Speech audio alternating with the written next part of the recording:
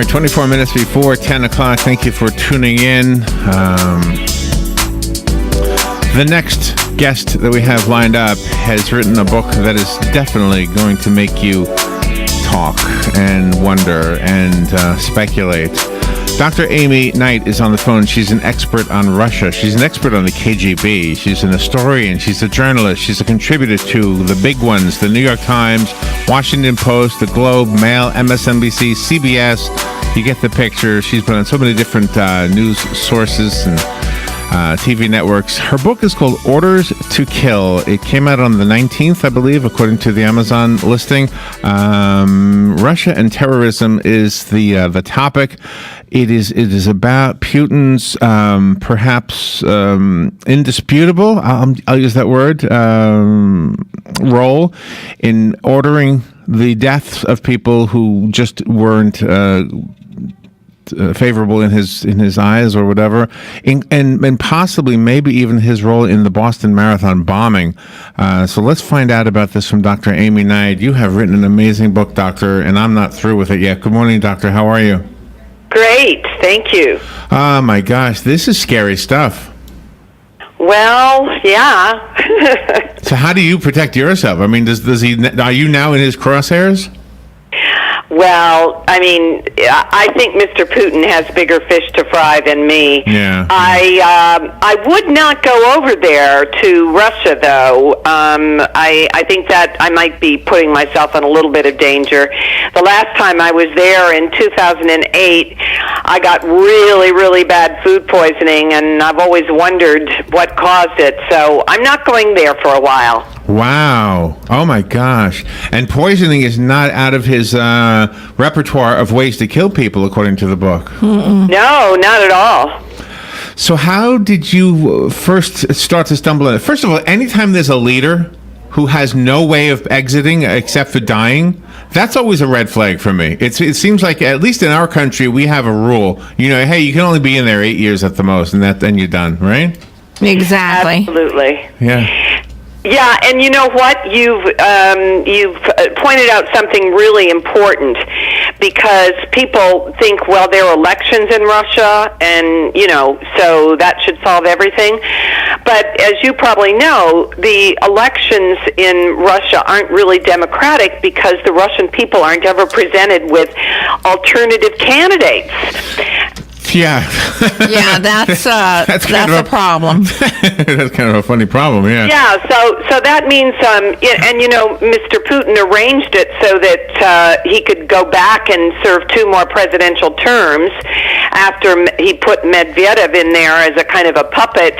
Yeah. And, you know, and I wouldn't be surprised if he's going to try to stay as long as he possibly can. What is it with the relationship between him and Trump? I get the feeling sometimes that Donald Trump admires him, and I hope I'm wrong about that. What is your thought on that? Oh, well, it's not just a feeling. Donald Trump has come out several times and said that he thinks Putin is a strong leader, and, you know, he thinks he can do business with Putin. He's also said, when asked about the political murders that have occurred under Putin's watch, he's said, on the one hand, there's no evidence, and on the other hand, he says lots of people kill. So, you know, well, no different. I mean, I don't wish any ill will on anybody, but I mean, he's got family, you know. Oh my gosh, I would be so concerned about this guy. Your book is an eye opener. I mean, absolutely, for sure. So, was there one in particular that kind of? Tell me about the Boston Marathon. There was no particular target in that one. No, it was just it was a terrorist act. And I've tried to quickly, because it's kind of complicated, explain that one of the brothers, Tamerlane Tsarnaev, the whole family came from the North Caucasus, where there was a lot of terrorism. They moved to Boston after 9/11, and the older brother sort of fell into the radar screen of the Russian security services, the FSB. And they sort of sent some messages to the FBI about him. Then Tamerlane went over to Russia for 6 months, not long before the bombings, and we don't know, what he was doing there. And he would have been red flagged by the FSB, and of course they knew he was there. And I suggest that maybe they use that opportunity to radicalize Tamerlane, because they wanted the U.S. to have some sort of a terrorist incident that would take the heat off them. They were just about to host the Olympic Games. And after the bombings, they were able to say, hey, you've got problems too. Wow. I don't know if I properly introduced the book. The book is called Orders to Kill, The Putin Regime and Political Murder. As I mentioned in the beginning, it just came out a few days ago. What kind of feedback have you had so far? Looks like you got good reviews on Amazon. Well, I got a starred review in Kirkus, which is kind of the pre-publishing reviewer, and lots of radio interviews. I have a piece coming out in the LA Times today. So yeah, I'm getting a lot of publicity, and it's gratifying because I've worked hard on this book. We are, as a people, we're always appalled at when the mafia murders and things like that. I wonder why we're not so appalled by the killings by people like Jong Un. I don't know if I'm saying his name right, and Putin. Why do we somehow dismiss it as just business as usual?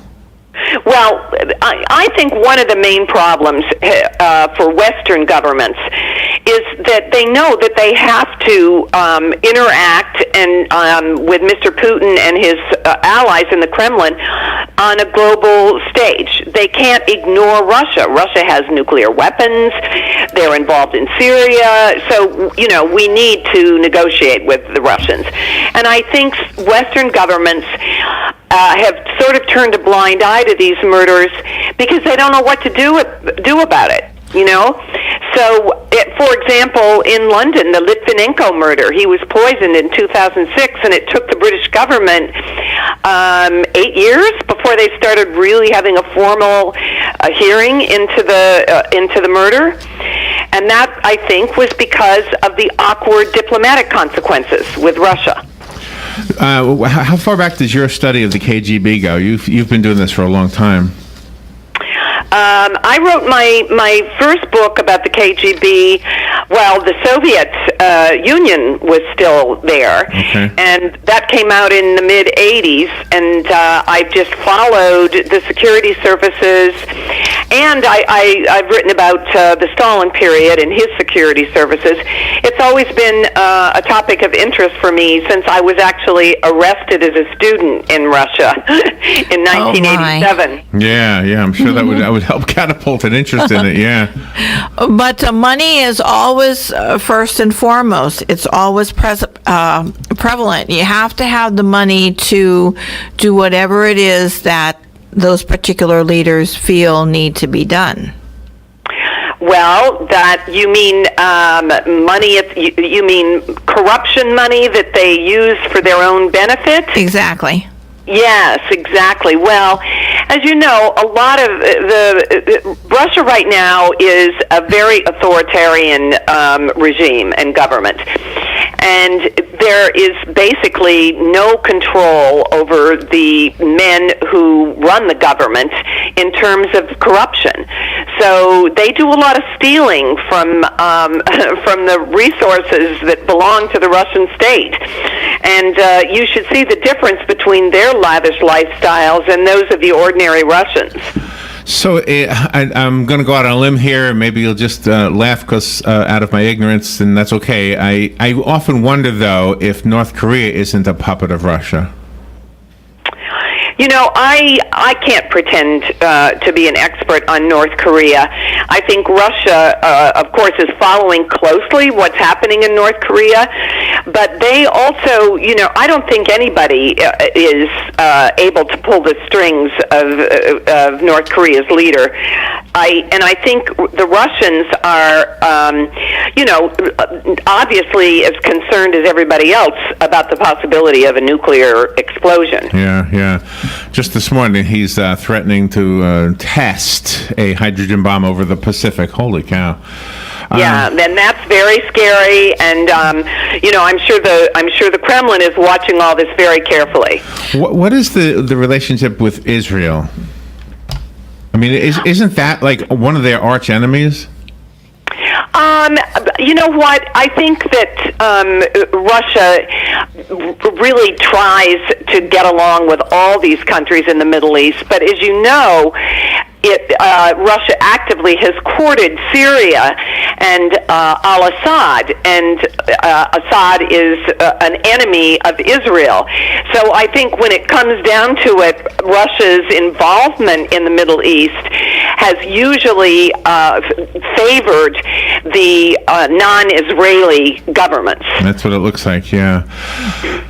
The book is called Orders to Kill. So tell me, how scared should we be? Could they order? I guess they could. This is kind of a dumb question, but have they ever? Maybe this is the better question.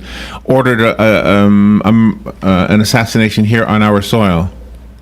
Well, for starters, as I mentioned, they did, the Russian government, and it's been well established, ordered a murder in London. That was the 2006 poisoning by radiation of Alexander Litvinenko.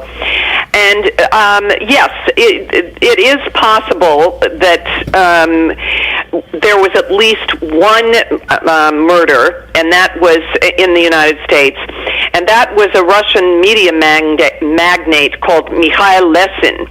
He died in November 2015 in a Washington, D.C. hotel room.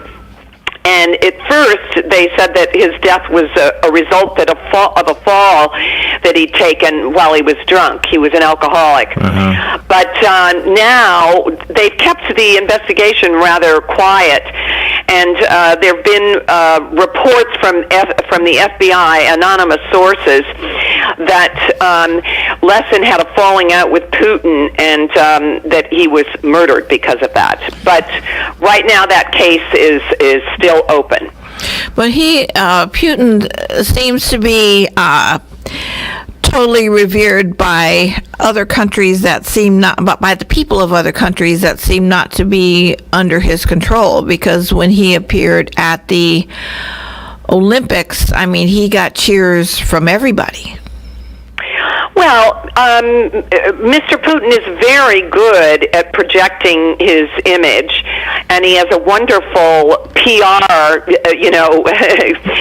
I shouldn't say campaign, but he's got terrific public relations, and he's learned how to present himself. So I think he is appreciated by a lot of governments abroad. Now, the real Western democracies, of course, know what's going on in Russia, and I'm sure none of the leaders of our democracies are particularly favorable towards Putin. But as I said, they have to do business with him. They don't have any choice. It's Russia it plays a crucial role globally. So it's a matter of knowing what's happening in Russia and doing what is possible in terms of influencing change, but also being realistic.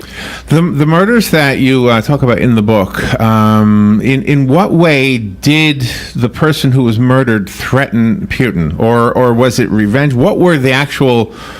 What's the practical reason for those murders? Well, it depends on who you're talking about. In the case of Litvinenko, he was a defector from he had worked for the FSB, and he defected to London in 2000, I believe, to Great Britain with his family. And of course, the Russians consider anybody who does that, they think that he committed treason, and so they justify automatically murdering somebody who does that.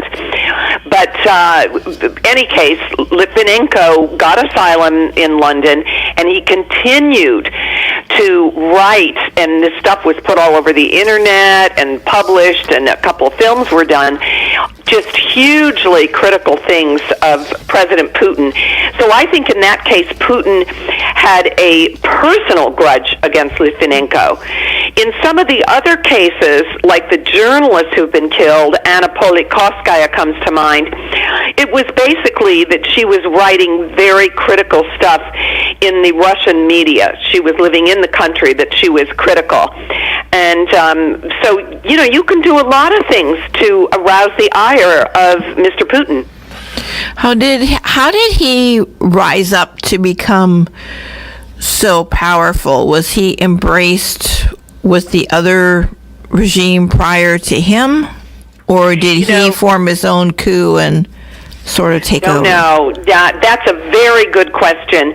What happened was Putin was pretty much unknown in Russia, and he was working for the FSB, and then he worked for the mayor's office in St. Petersburg.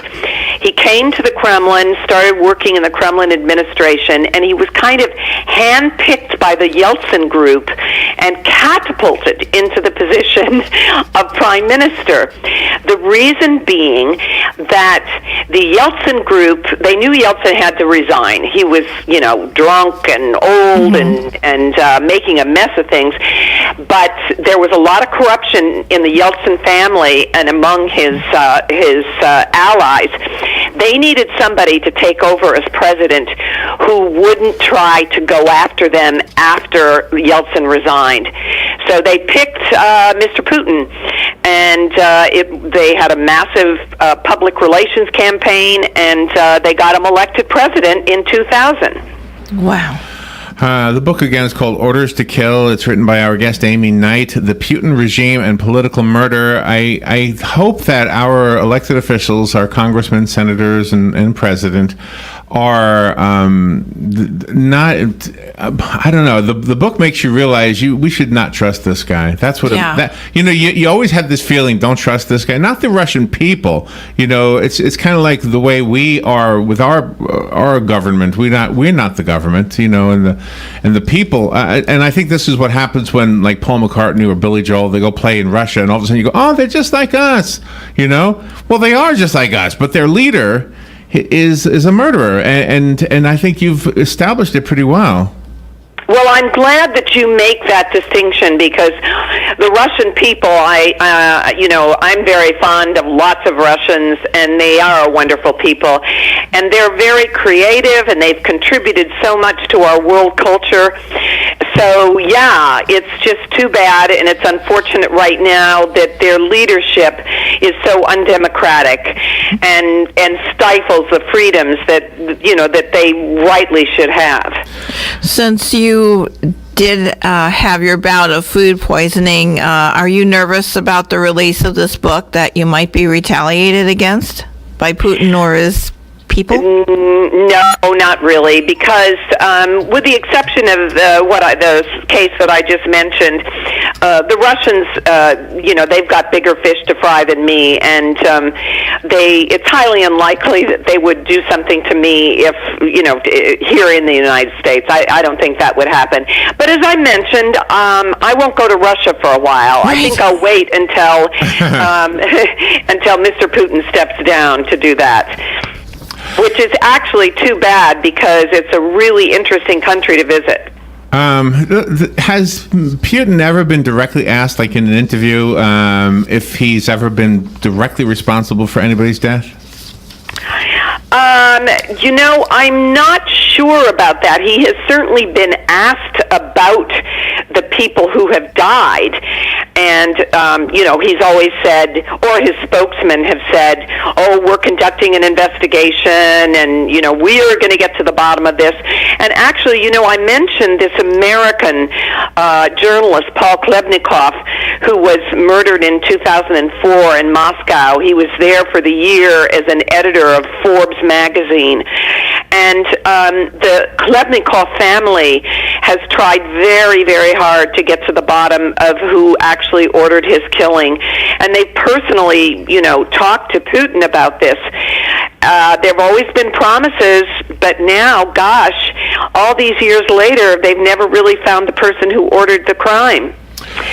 In the Chicago Tribune, as I was preparing for this interview, I found something I wanted to read to you, and probably this is as good a time as any. They wrote, since Putin came to power, 25 journalists were killed for work-related reasons. Many of them had been investigating corruption by Putin-appointed officials or exposing injustice by Putin's billionaire friends like Mikhail Beketov. the editor of a small paper in the Moscow suburbs that opposed a highway project led by Putin crony Arkady Rotenberg. I'm probably mispronouncing these things. Only 3 journalists have been murdered in the U.S. in the same period, and 2 of them were victims of a terror attack. So that, to me, I mean, you're telling us, you're giving us more information to kind of fortify what others have said as well.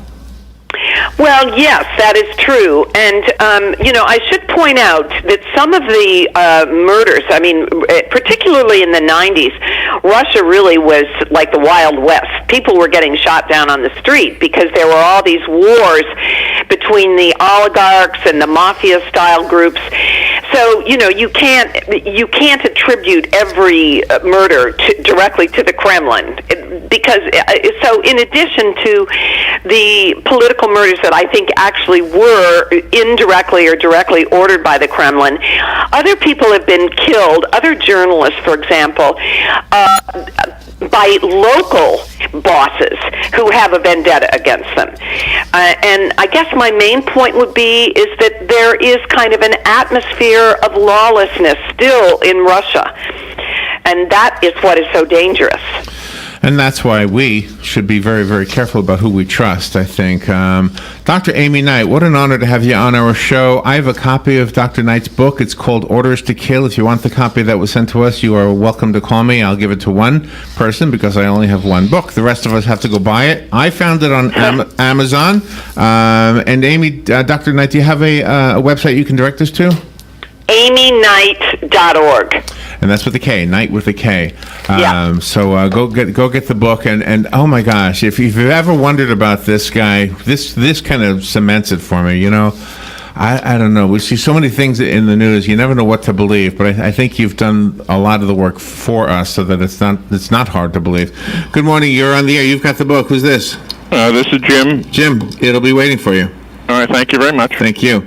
Dr. Knight, thank you for being on the air with us, and don't eat anything from Russia. Thank you, and thank you for having me. All right, you're welcome. All right, we will be right back. This is WOCA. The weather is brought to you by myfwc.com. Safe boating is no accident. A mix of sun and clouds on this Friday with a shower or thunderstorm in spots this afternoon, high 84 to 88. Partly cloudy Friday night with a shower or thunderstorm, low 72 to 76. Times of sun and clouds and rather breezy Saturday with a shower and thunderstorm or 2, high 84 to 88. And on Sunday, clouds and some sun with a couple of showers and a thunderstorm, high 85 to 89. From the Florida Weather Center, I'm meteorologist Joe Lundberg. Here is your 30-second news brief. FEMA will be at the Marion County Public Library headquarters tomorrow to assist residents that suffer damage from Hurricane Irma. A 40-year-old Ocala man is facing molestation charges after a 15-year-old girl said he performed lewd acts on her in Lake County. The Ocala Regional Medical Center employee attacked last year while treating a bank robbery suspect is suing the